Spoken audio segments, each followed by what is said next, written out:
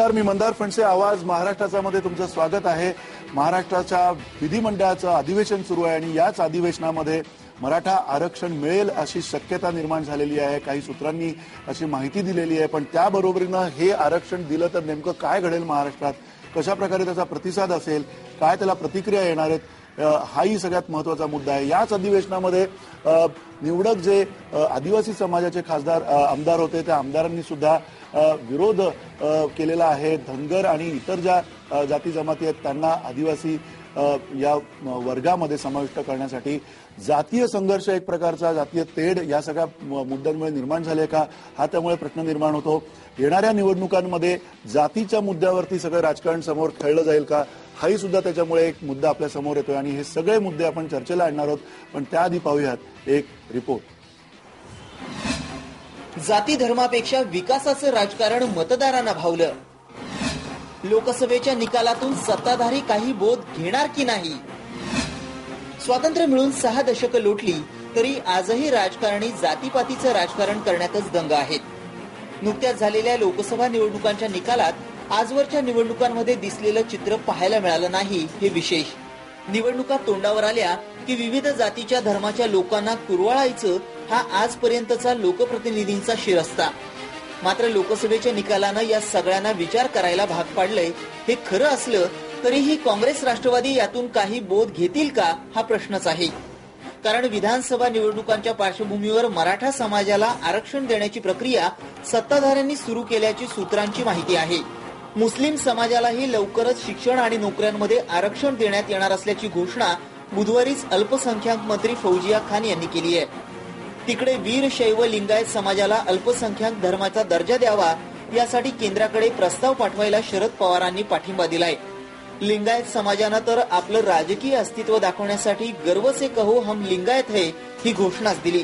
कोष्टी, धनगर आणि महादेव कोळी समाजाला आदिवासींमध्ये समाविष्ट करण्याला मूळ आदिवासींचाच विरोध आहे.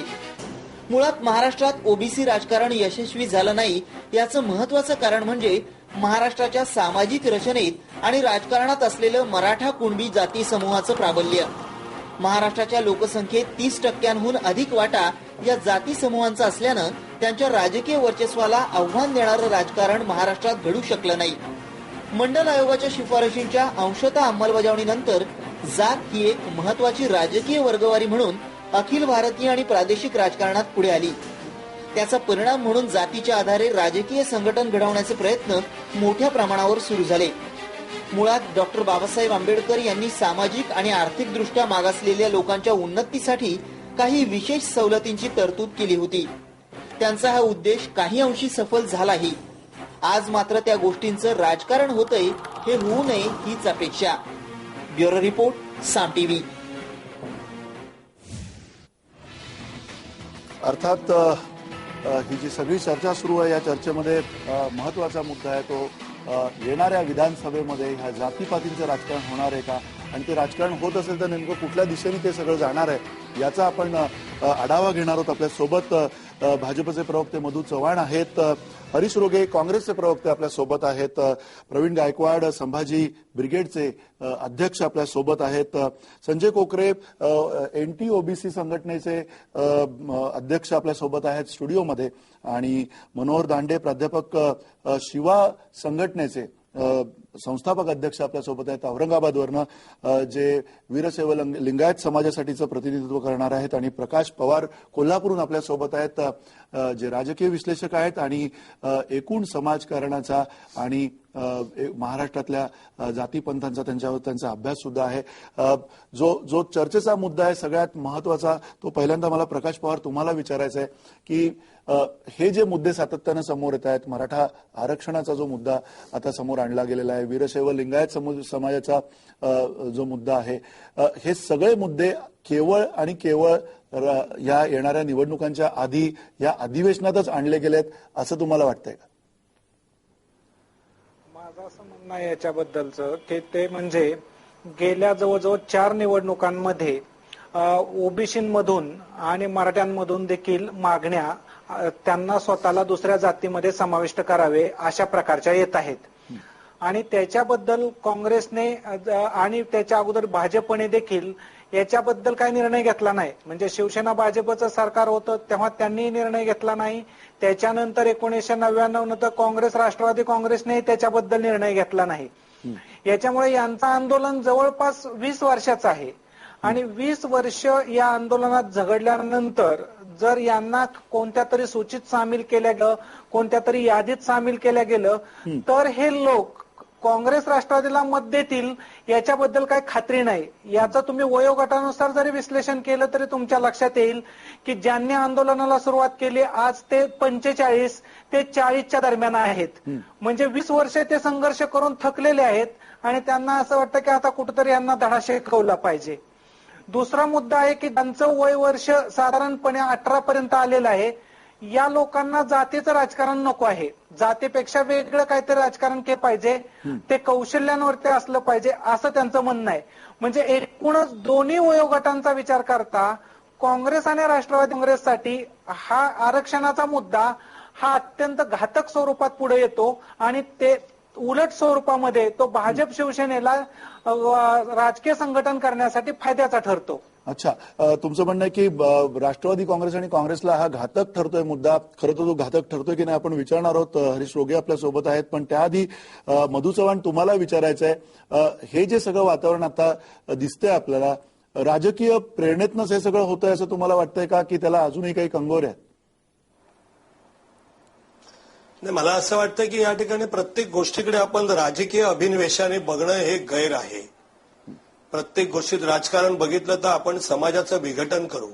इथे हा 18 पगड जातीचा समाज आहे, महाराष्ट्रात असो किंवा देशामध्ये असो. विषय हा जाती अनेक आहे, पण अनेकता में विविधता असा आपला समाज आहे. तरी सुद्धा पोट हे सगळ्या माणसाला आहे, ज्याचा आपण आता उल्लेख केला की परमपूजनीय डॉक्टर बाबासाहेब आंबेडकरांनी दलित समाज असेल, विशेषतः एसटी एनटी आणि जे आर्थिकदृष्ट्या मागासलेले होते, जे शिक्षणापासून वंचित आहेत, जे जीवन जगण्यासाठी आवश्यक साधन सामुग्री असते त्याच्यापासून वंचित आहेत, त्यांना इतर समाजाच्या बरोबर आणून ठेवण्यासाठी आरक्षण केलं गेलेलं आहे. आता मराठा समाजाचा आरक्षणाचा जो मुद्दा आहे, जरी आपण आता उल्लेख केला आपल्या सुरुवातीच्या भाषणामध्ये की सुमारे 30-32% मराठा समाजाचं वर्चस्व महाराष्ट्राच्या राजकारणावर आहे.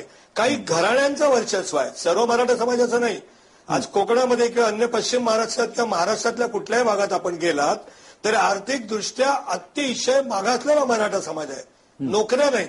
मुंबई शहराचं जर उदाहरण द्यायचं झालं तर कोकणातलीच माणसं शिपायाच्या नोकरीमध्ये असतील, फायर ब्रिगेड असेल, वॉचमन असेल, चतुर्थ श्रेणी किंवा तृतीय श्रेणी जास्तीत जास्त कारकून याच्यामध्येच आहेत. आणि म्हणून मराठा समाजाचं राजकारणावर वर्चस्व आहे. म्हणजे तो अगदी श्रीमंत समाज आहे, खाऊन पिऊन सुखी अशातला भाग नाही. अनेक ठिकाणी आपण पाहिलं की वडिलोपार्जित असलेली जमीन आज तिसऱ्या चौथ्या पिढीकडे तुकडे तुकडे करून आलेली आहे. अर्धा एकर जमीन पण नाही, 4 गुंठे जमीन पण नाही. आणि म्हणून भारतीय जनता पक्षाचं असं मत आहे की मराठा समाजाला राजकीय त्या ठिकाणी आरक्षण अजिबात नको आहे, आमचं स्पष्ट मत आहे. पण शिक्षणामध्ये आणि नोकऱ्यांमध्ये म्हणजे आर्थिक बाबतीमध्ये मात्र संरक्षण असणं अत्यंत आवश्यक आहे. जर काँग्रेस विशेषतः एनसीपी जर आता हे करत असेल तर ते केवळ मतांकडे बघून करतायत. परंतु आता या समाजाला या लोक तुमचा आवाज गेला. हरीश रोगे, तुम्हाला या संदर्भामध्ये काय म्हणायचं? कारण सातत्यानं काँग्रेस आणि राष्ट्रवादी हे करताना दिसतंय, अशी जी हाकाटी पिटताना आपण बघतोय गेल्या काही काळातल्या ज्या चर्चा घडतात आणि खास करून केवळ निवडणुका आल्यात, निवडणुकांचा शेवटचा एक रामबाण उपाय म्हणून तुम्ही ह्याच्याकडे बघताय? हे मुळामध्ये चुकीचं आहे की निवडणुकांच्याकडे लक्ष ठेवून हे काही केलं जात आहे हे म्हणण्यामध्ये काही अर्थ नाहीये. आता जे मधू चव्हाणाने सांगितलं ते अतिशय वास्तव आहे. ह्या ज्या गोष्टी सगळ्या येत आहेत त्या एक तरुण मुलं आज आहेत, शिकलेली आहेत, त्यांच्यामध्ये कौशल्य आहे, तरी सुद्धा त्यांना नोकऱ्या मिळू शकत नाही. त्यामुळे हे सगळ्या आर्थिक प्रश्नामधून जे आहे हे सगळे मुद्दे या ठिकाणी समोर आलेला आहे. आणि एक गोष्ट आपण जे म्हणालात की निवडणुकीच्या तोंडावरती हे काहीतरी होत आहे. आताच पवार साहेबांनी सांगितलं की गेल्या 20 वर्षापासून जे आहे ती ही मागणी लोकांनी रेटलेली आहे. मराठा समाजाला आरक्षण मिळालं पाहिजे अशा प्रकारची मागणी या ठिकाणी होत आहे.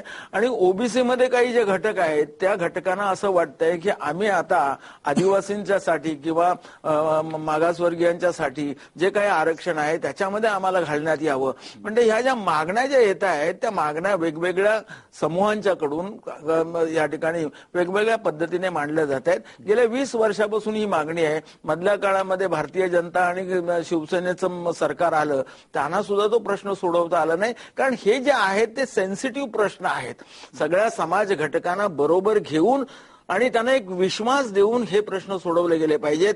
आणि मी या ठिकाणी सांगेन की याच्यामध्ये कोणीही याचं राजकारण न करता खरोखर एक सामाजिक प्रश्न, आर्थिक प्रश्न या दृष्टिकोनामध्ये त्याच्यामध्ये सगळं मग सत्तारूढ पक्ष असेल किंवा मग विरोधी पक्ष असतील, या सगळ्या पक्षांनी या ठिकाणी एकत्र येऊन सुसंवाद निर्माण करून हा प्रश्न सोडवायला पाहिजे. मधू चव्हाण जे मगाशी म्हणाले ती गोष्ट सत्य आहे की मराठा समाजामधले काही लोक सत्तेमध्ये बसलेले आहेत.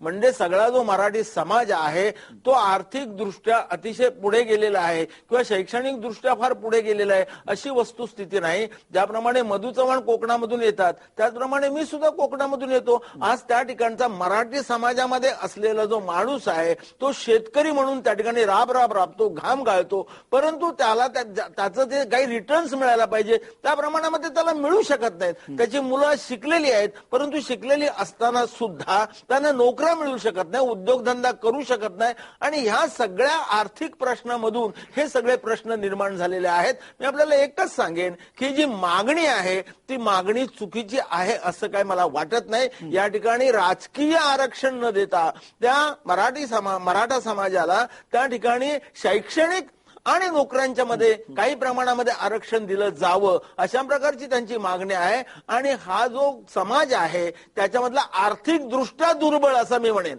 मराठा समाज मोठ्या मराठा समाजामध्ये तो जन्माला आला म्हणजे तो मोठा झाला नाहीये, तर आर्थिक दृष्ट्या शैक्षणिक दृष्ट्या तो आजही दुर्बळ आहे. अशी अनेक मंडळी जी आहेत त्यांना ते आरक्षण मिळायला पाहिजे. तुमचं म्हणणं आहे की आर्थिकदृष्ट्या हा प्रश्न जास्ती भेसूर आहे आणि त्यामुळे पण आर्थिकदृष्ट्या जर भेसूर असेल तर इतरही काही समाज आहेत ज्याच्यामध्ये अशा प्रकारचे काही संदर्भ असू शकतात. आपण त्याच्यावरती पण चर्चा करूया. आपण पुन्हा एकदा थोडंसं अधिक खोलात जाऊन वीरशैव लिंगायत समाजाचं जे प्रतिनिधित्व करतात प्राध्यापक धांडेंचे आपण बोलूयात. धांडे सर, तुम्हाला हाच प्रश्न विचारायचा आहे की जो जातींच्या संदर्भातला, मला असं वाटतं की लिंगायत समाजाने एक वेगळा धर्म करण्याचीच मागणी केलेली आहे. असं असताना हे जे अस्मितेचे प्रश्न आहेत ह्याच्यातनं निष्पन्न काहीतरी होईल या आधुनिक काळामध्ये असं तुम्हाला ठामपणे वाटतं?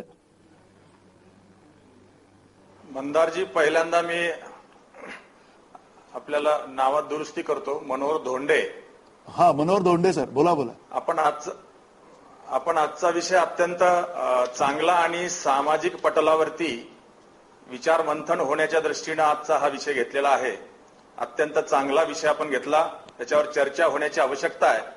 माझं असं मत आहे की राजकीय पटलाच्या पलीकडे जाऊन या विषयाला सर्व समाज घटकांनी, सर्व राजकीय पक्षांनी, नेत्यांनी, जाती धर्माच्या संघटनाच्या नेत्यांनी सुद्धा बघण्याची आवश्यकता आहे. मुळामध्ये मराठा समाजाचा आपण उल्लेख केला. वीरशैव लिंगायत समाजामध्ये सुद्धा अनेक जाती आणि उपजाती आहेत. सुदैवानी म्हणा किंवा दुर्दैवानी म्हणा, या देशामध्ये जेव्हा आपण राज्यघटना स्वीकारली तेव्हा सर्वांना समान न्याय देण्याच्या भूमिकेतून आरक्षणाची भूमिका जेव्हा आपण स्वीकारली त्यामध्ये आरक्षण हे जातीच्या आधारावरती देण्यात आलं. खरं तर पोटाला जात नसते, परंतु तरीही नियमाने, घटनेने जातीच्या आधारावर आरक्षण दिल्याच्या नंतर या सर्व गोष्टीचा साकल्याने विचार होण्याची आवश्यकता आहे.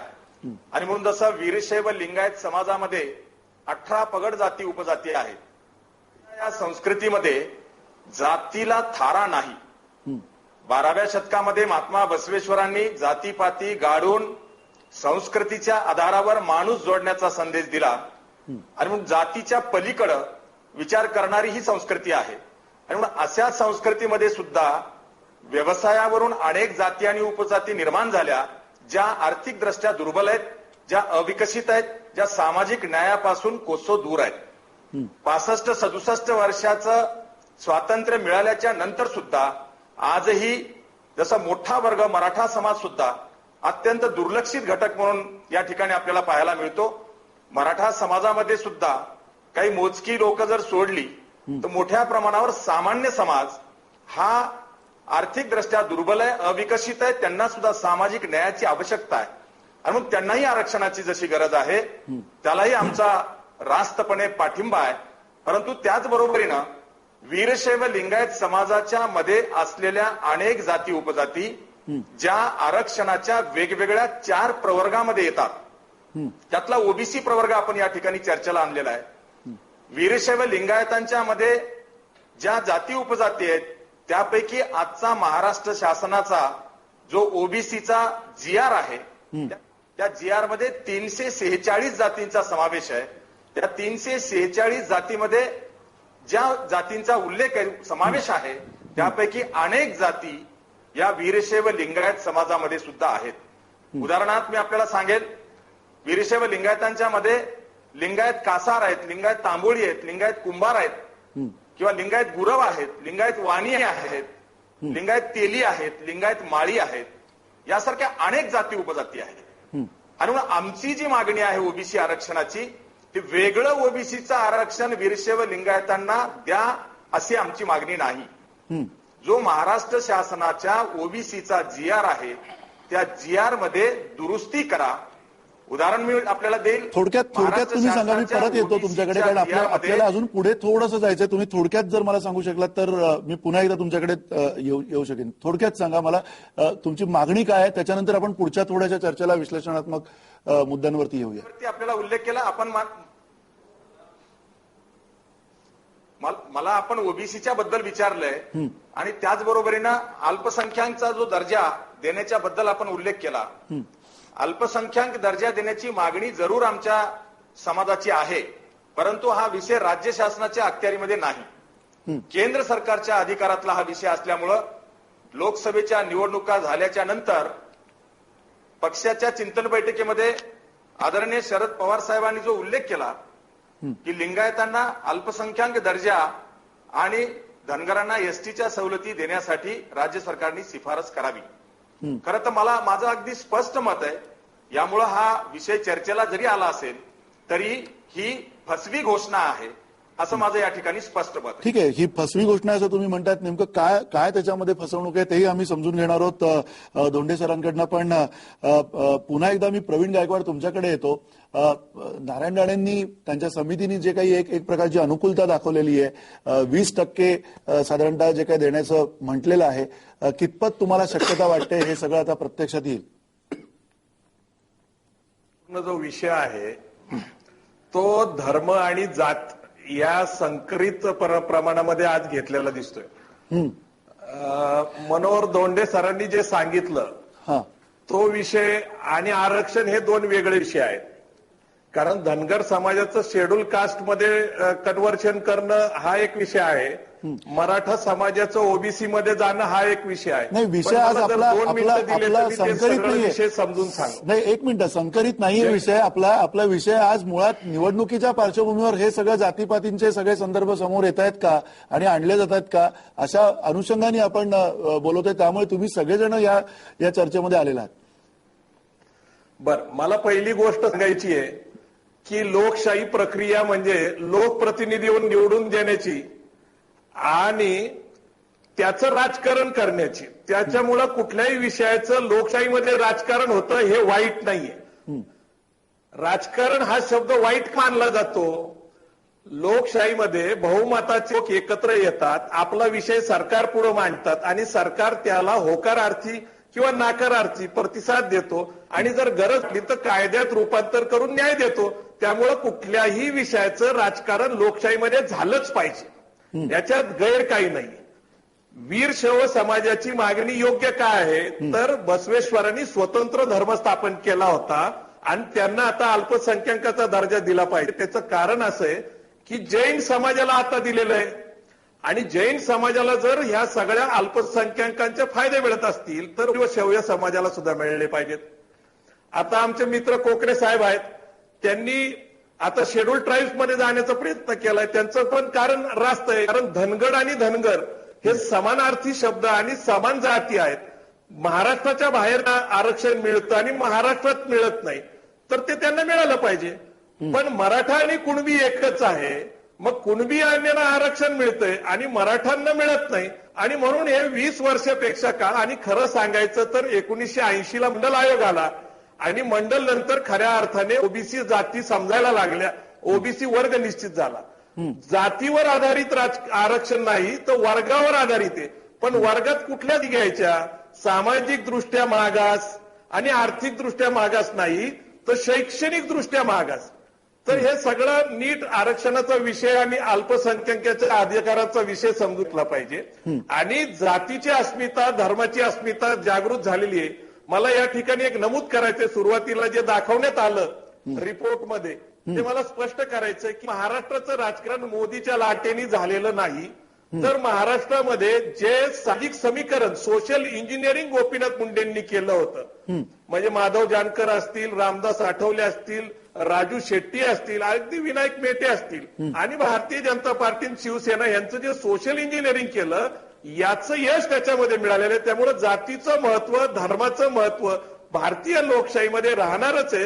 कारण इथं विविधता आहे, भाषिक आहे, धार्मिक आहे, जातीय आहे, प्रांतिक आहे आणि त्या अस्मितेवर राजकारण केलंच जाणार. याला कुणीही मर्यादा घालू शकत नाही. हे निश्चित खरं आहे, हे भावनिक आहे. आज मला प्रश्न विचारायचा आहे सगळ्या राजकीय पक्षात की भारतीय राज्यघटनेने समता, बंधुता, न्याय, स्वातंत्र्य, धर्मनिरपेक्ष राज्य या तत्वावर तुम्हाला राज्य चालवायला सांगितलंय, त्याच्यावर कुणीच काही बोलायला तयार नाही. एकही राजकीय पक्षाकडे ही भूमिका नाही, ती म्हणजे समता, बंधुता, न्याय. ठीक आहे, आपण येऊया. प्रवीण गायकवाड, तुम्हाला त्याच्यावर त्या मुद्द्यावरती आणतो मी परत. तुम्हाला विचारणारच आहे प्रश्न, कारण तुम्ही समता, बंधुता वगैरे सगळं म्हणताय, वर्ग आधारित तुम्ही म्हणताय. संजय कोकरे, तुम्हाला या सगळ्या संकल्पना मान्य आहेत का? ज्याच्यामध्ये सगळ्यात महत्वाचं म्हणजे आता जर मराठा आरक्षणाचा मुद्दा, तुमची भूमिका काय, की तुम्ही सातत्यानं त्याच्यावरती तुम्ही आतापर्यंत विरोध करत आलेला आहात? सुरुवातीला मी काँग्रेसचे प्रवक्ते आणि बीजेपीचे प्रवक्ते यांनी अतिशय घटनेच्या विरोधी बोललेले आहेत की आर्थिक मुद्द्यावर आरक्षण दिलं गेलं पाहिजे. घटनेमध्ये आर्थिक मुद्द्यावर आर्थिक याच्यावर आरक्षण दिलंच गेलं नाहीये. आरक्षण हे सामाजिक घटनेचे कलम सामाजिक आणि आर्थिक दृष्ट्या जे दोन्ही दृष्ट्या मागासलेले आहे अशा लोकांना आरक्षण दिलेलं आहे. असे लोक इतर मागासवर्गीय वर्गामध्ये मोडतात. घटनेच्या कलम 16 अंतर्गत काय सांगितलं आहे की देशाच्या उत्पादन व्यवस्थेत आणि राष्ट्रीय उत्पन्नामध्ये वंचितांना योग्य वाटा, तसेच देशाच्या धोरण निर्मितीत आणि शासन निर्णय प्रक्रियेत उच्चवर्णीयांचा पगडा कमी करून प्रतिनिधित्व देणं म्हणजे काय, तर ह्या देशातील मागासवर्गीयांना हा देशाचा गाडा, हा देश त्यांचा आहे आणि हा देशाचा गाडा तेही चालू शकतात ही जाणीव करून देणं म्हणजे आरक्षण. पण आज काय केलंय काँग्रेस पक्षाने आणि बीजेपी पक्षाने, आरक्षण म्हणजे गरिबी हटाव नारा, आणि गरिबी हटवाच्या नाऱ्याखाली हे आरक्षण मागत आहे. हे काय सांगतात आहे की आता कोकणाचं उदाहरण दिलं दोन्ही सरांनी, बीजेपीच्या आणि काँग्रेसच्या. कोकणाच्या लोकांच्या घरामध्ये आता त्यांना 4 एकर 5 एकर जमीन आहे. अहो, कोकणामध्ये ओबीसी जे आहेत, कुणबी, माळी, साळी जे आहेत, त्यांचे झोपडे पण त्यांच्या नावावर नाहीत. त्यांच्या झोपड्या ब्राह्मणांच्या आणि मराठ्यांच्याच नावावर आहे की सर्व त्यांच्याच नावावर आहे. आणि हे आम्हाला सांगतात की आम्ही गरीब आहोत. मग काय सांगतात गरीब आहेत? गरीब म्हणजे काय? तुमचा जो वाटा आहे, म्हणजे आमच्या समाजातले 25% लोक श्रीमंत झाले, 75% गरीब राहिले, म्हणजे तुमच्या ताटातलं काढून आमच्यात द्या. आणि मराठा समाज काय करतच नाही. गायकवाडांना आपल्याला हेच पुन्हा एकदा समजून घ्यायचं, जो 20% वाटा आहे. प्रवीण गायकवाड, तुम्ही पुन्हा एकदा आम्हाला समजून सांगा. मराठा आरक्षणाची जी मागणी आहे, तुम्ही अनेक वर्ष याच्यावरती आंदोलनं करत आलेला आहात, मागण्या करत आलेल्या आहेत. 20%, आत्ताचे जे 52% आहेत, त्या 52%च्या व्यतिरिक्त जे 20% असणार आहेत, की त्या 52%मध्ये जे 20% बसवणार आहेत, अशा प्रकारची तुमची मागणी आहे? नाही, मूळ आमची मागणी काय आहे, मराठा कुणबी आणि कुणबी मराठा एक हे हा 1 जून 2004ला सुशील कुमार शिंदे मुख्यमंत्री आणि चंद्रकांत हंडोरे समाज कल्याण मंत्री असताना घेतलेल्या निर्णयाची अंमलबजावणी करा. परंतु काय झालेलं आहे की 52% ओबीसींना 27%च आरक्षण मिळतंय, कारण 50%ची मर्यादा सुप्रीम कोर्टाची आहे. आणि म्हणून आपण तामिळनाडूच्या धर्तीवर, तामिळनाडूमध्ये एकूण 70%, कारण तिथं ओबीसी वर्गाची जी गणना केलेली आहे तिथं ओबीसी वर्ग पण मोठा आहे. आणि 68 सालीच त्या ठिकाणी त्यांनी ती तरतूद केलेली आणि शेड्यूल 9 प्रमाणे राष्ट्रपतीच्या अध्यादेशाप्रमाणे ते कायम केलेले, आजही ते चालू आहे. आता नारायण राय समितीने जे काम केलेले आहे ते 31% मराठा समाज महाराष्ट्रात आहे. त्याच्यापैकी सदन समाज हा 11% आणि 20% हा अत्यंत सामाजिक दृष्ट्या दुर्बल आहे, आर्थिक दृष्ट्या दुर्बल आहे, शैक्षणिक दृष्ट्या दुर्बल आहे. हे आता त्यांनी महाराष्ट्रात फिरून सिद्ध केलेले. तामिळनाडूच्या धर्तीवर आणि सुप्रीम कोर्टाचं जजमेंट ओव्हर रूल करून 50%च्या बाहेर देता येतंय का? आता कोकरे साहेब विरोधतील हे मला माहिती आहे, परंतु लोकशाहीमध्ये कुठल्याही कारणाने लोकहितार्थ निर्णय घ्यायचे असतील तर कायद्यात बदल करावे लागतात, नवीन कायदे करावे लागतात, घटनेत दुरुस्ती करतात, उपदुरुस्ती करायला लागतात. तर हे लोकशाही प्रक्रिया आहे. लोकशाही प्रक्रियेमध्ये समाजाचं हित पाहणं, जनतेला न्याय मिळणं, घटकाला प्रत्येक वेळेस अधिकार मिळला पाहिजे आणि म्हणून वेळ प्रसंगी घटनेत दुरुस्ती करायची सुद्धा अनेक वेळा तरतूद झाली. बाबासाहेबांनी लिहिलेल्या घटनेमध्ये आतापर्यंत किती वेळा दुरुस्ती झालेल्या आहेत आणि म्हणून वेगवेगळे कायदे केले पाहिजेत. नारायण राणेंनी 20%ची घोषणा केलेली आहे की ते दारिद्र्य रेषेखाली, पण जो नियम ओबीसीना लावलाय 52% लोकांना 27%च निघाले, 50% मिळाले. म्हणून कदाचित मला असं वाटतं 20% जर सिद्ध झालं तर 10%च्या आसपास म्हणजे 60%पर्यंत हे आरक्षण जाऊ शकतं. त्याला कायद्याचा आधार विधिमंडळात द्यायचा अधिकार आहे. आता काही लोक कोर्टात जातील, ते तावून सलकून बाहेर येईल. आमचा प्रयत्न मात्र चालू आहे. त्याला आता विरोध होणार, काही म्हणणार राजकारण, काही म्हणणार साहजिक आहे. राजकारणात आणि समाजकारणामध्ये हे सगळं होत राहील. आपण मी 1 मिनिट जरा राजकीय आणि हे मुद्दे वादाचे थोडे 2 मिनिटं आपण बाजूला ठेवूया. मी पुन्हा एकदा प्रकाश पवार तुमच्याकडे येतो. 1882ला महात्मा ज्योतिबा फुलेंनी जी सुरुवात केलेली आहे या आरक्षणाच्या ची मागणी त्यावेळेला त्यांनी केली होती. त्याच्यानंतर 1902ला शाहू महाराजांनी स्वतः त्या अंमलात सुद्धा आणलेलं आहे. हे सगळं होत असताना आपल्याला अजून म्हणजे 1882 ते अजून आज 2014 पर्यंत हा प्रश्न का नेमकेपणाने सोडवता आलेला नाही असं तुम्हाला वाटतं? आरक्षणाचा प्रश्न हा मुद्दा वेगळा या अर्थाने आहे की आरक्षण म्हणजे काय, तर जे लोक मागास आहेत त्या मागासांमध्ये सुद्धा अजून एक मुद्दा आहे, ज्यांना सामाजिक दृष्ट्या वंचित ठेवलेलं होतं अशा समूहांना आरक्षण द्यायचं आहे. हा मुद्दा महात्मा फुलेंच्या विचारात होता, हा शाहूंच्या विचारात होता आणि हाच मुद्दा राज्यघटनेत सुद्धा आहे. याच्यामुळे प्रश्न उलटा निर्माण होतो, ज्या समाजाला वंचित ठेवलं गेलेलं नाही त्या समाजाला आरक्षण देता येणार नाही. हा राज्यघटनेचा स्टँड पॉइंट आहे. आणि राज्यघटना पुन्हा दुसरा एक स्टँड पॉइंट घेते, तो म्हणजे की आरक्षण हे आम्ही प्रतिनिधित्व करण्यासाठी देत आहोत. राजकारणामध्ये प्रतिनिधित्व करण्यासाठी, धोरण निश्चितीमध्ये प्रतिनिधित्व करण्यासाठी आरक्षण आहे. आरक्षणाचा अर्थ आर्थिक बदल घडावा किंवा काही समाज हा आर्थिक दृष्ट्या मागास राहिलेला आहे त्याची प्रगती व्हावी याच्यासाठी आरक्षण नाही.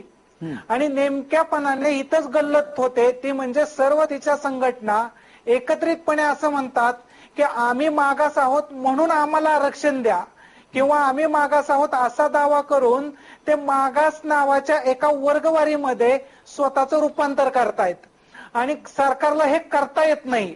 आणि ते हा मुद्दा महाराष्ट्राच्या विधानसभेतच नव्हे तर लोकसभेत सुद्धा टिकू शकत नाही, ही एक वस्तुस्थिती आहे.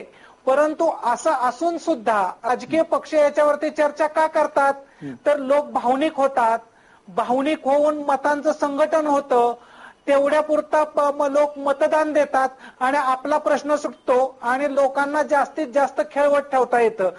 या मुद्द्यावरती मात करून पुढे कसं जायचं हा विचार खरं तर जात संघटनांनी केला पाहिजे. की केवळ पुढारी म्हणतायत आणि विधानसभेत ठराव मांडला जातो म्हणून याचा उपयोग होऊ शकत नाही.